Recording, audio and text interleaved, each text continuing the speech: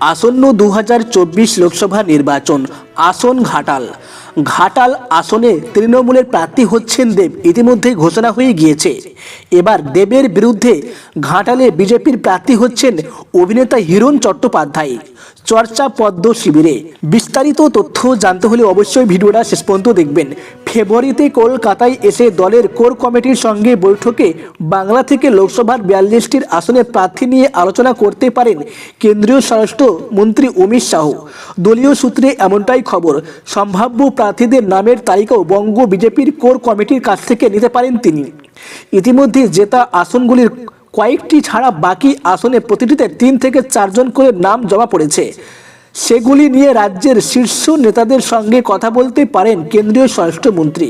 গেরুয়া শিবির সূত্রের খবর, দলের 4 থেকে 5 জন বিধায়ককে লোকসভা ভোটে প্রার্থী করার কথা ভাবা হয়েছে। সেই তালিকায় অগ্নিমিত্রা পালের সঙ্গে রয়েছে অভিনেতা হিরণ চট্টোপাধ্যায়ের নামও। ঘাটালে হিরণকে প্রার্থী করার জন্য দলের বড় অংশ দাবি তুলেছে।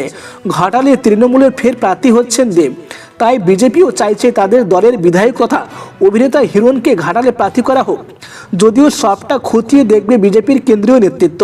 এদিকে চলতি মাসের শেষে রাজ্যে এসে মায়াপুরের ইস্কন মন্দিরে যাবেন কেন্দ্রীয় স্বরাষ্ট্রমন্ত্রী অমিত শাহ। এখনো পর্যন্ত যা খবর, সফরসূচি পরিবর্তন না হলে 28শে ফেব্রুয়ারি গভীর রাতে কলকাতায় পৌঁছানোর কথা তার। পরদিনই তিনি যাবেন মায়াপুরের ইস্কন মন্দিরে। এবার কৃষ্ণ ভক্তদের আবেগ ছুতেই কি ইস্কনে যাবেন অমিত শাহ? ওয়াকিবহল মহলে তা নিয়ে চর্চা তুঙ্গে।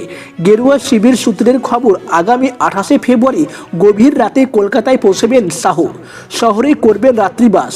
তারপর দিন যাবেন মায়াপুরে, মন্দির দর্শন করবেন। রানাঘাট সহ বেশ কয়েকটি লোকসভার নেতাদের সঙ্গে বৈঠক করবেন।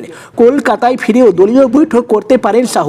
সেই বৈঠকে রাজ্য নেতারা উপস্থিত থাকবেন। উচ্চ মাধ্যমিক পরীক্ষা থাকায় কোনো প্রকাশ্য সমাবেশ করবেন না কেন্দ্রীয় স্বরাষ্ট্রমন্ত্রী।